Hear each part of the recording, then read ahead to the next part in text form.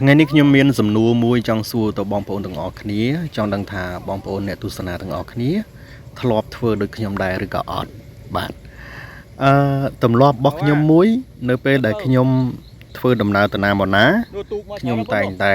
សន្សំវីដេអូបាទ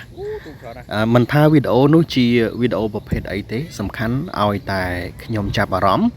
ខ្ញុំនឹងលើកកាមេរ៉ាថតហើយបាទហើយខ្ញុំថតបានខ្ញុំទុកពេលខ្លះខ្ញុំទុករហូតដល់1ឆ្នាំ2ឆ្នាំហើយពេលខ្លះអាចទុកដល់3ឆ្នាំទៅផុសក៏មានដែរបាទជាក់ស្ដែងវីដេអូដែលបងប្អូនទាំងអស់គ្នាកំពុងតែមើលនេះបាទគឺជាវីដេអូមួយដែលខ្ញុំទុករយៈពេល1ឆ្នាំជាងបាទតាំងពីឆ្នាំទៅបាទ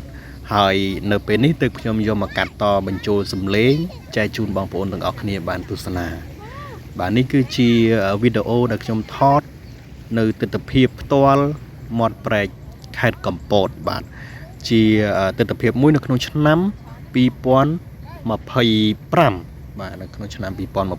2025ហើយខ្ញុំយកមកបញ្ចូលសំឡេងនៅក្នុងឆ្នាំ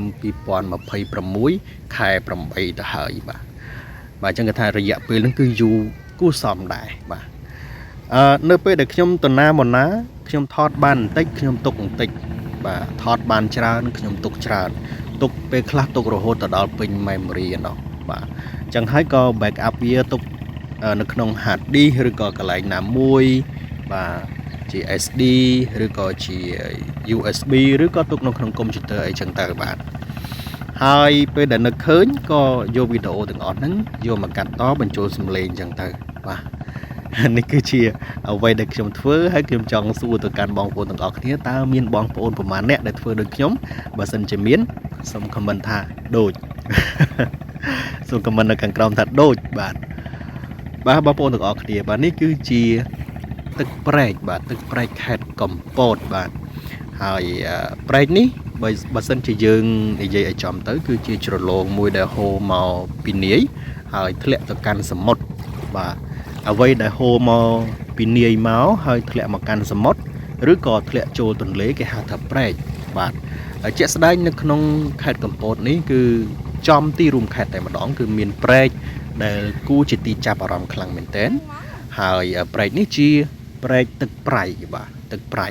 ហើយខែភាសាអញ្ចឹងទៅក៏លាយជាមួយនឹងទឹកសាបខ្លះៗអញ្ចឹងទៅហើយហូរភ្ជាប់ជាមួយនឹងសមុទ្របាទបច្ចុប្បន្ន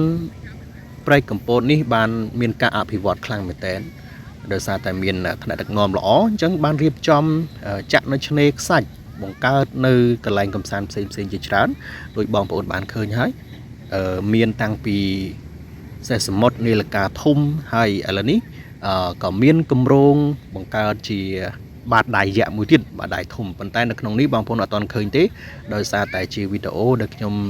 បានថតកាលពីឆ្នាំទៅគឺអត់ទាន់បានធ្វើបាតដៃនឹងទេប៉ុន្តែឥឡូវនេះលេចចេញជារូបរាងហើយបាទអញ្ចឹងតិចទៀតខ្ញុំនឹងទៅថតបាតដៃនឹងជូនបងប្អូនទាំងអស់គ្នាបានឃើញទៀតនៅក្នុងខេត្តកំពតនេះគឺកន្លែងដែលស្រួលដើរលេងនិងសប្បាយចិត្តបំផុតគឺមានតែមាត់ព្រែកហ្នឹងហើយបងប្អូនអញ្ចឹងសម្រាប់បងប្អូនដែលមកពីខេត្តឆ្ងាយបាទចង់មកកំសាន្តនៅខេត្តកំពតខូចហើយម៉ូតូបាទកុំភ្លេចដំបូងបំផុតគឺមកដល់ទីរួមខេត្តសិនមកបាទមកដល់ទីរួមខេត្តគឺមានកន្លែងមើលជាច្រើនចង់រកអីញ៉ាំក៏បានចង់មើលទឹកព្រែកក៏បានចង់ដើរលើឆ្នេរខ្សាច់ក៏បានចង់ទៅកន្លែងហាត់ប្រាណក៏បាន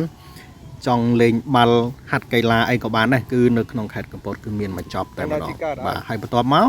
ចាំយើងចេញទៅតាមបណ្ដាស្រុកឬក៏ទៅតាមកន្លែងផ្សេងទៀតបាទនិយាយគឺមកដល់កំពង់សោមបងប្អូនបាទឥឡូវនេះវីដេអូនេះគឺកំពង់សោមម្ដងណាបាទគឺសុទ្ធតែជាវីដេអូដែលខ្ញុំថតទុកដូចខ្ញុំនិយាយពីដើមក្បាលវីដេអូអញ្ចឹងបាទគឺថា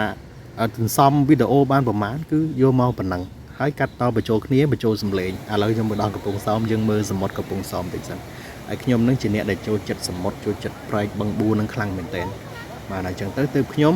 សន្សំវីដេអូទាំងអស់នេះដើម្បីទុកចែករំលែកជូនបងប្អូនទាំងអស់គ្នាបានទស្សនាបន្ធូរអារម្មណ៍ទាំងអស់គ្នាបាទអរគុណច្រើនជួបគ្នាវីដេអូក្រោយ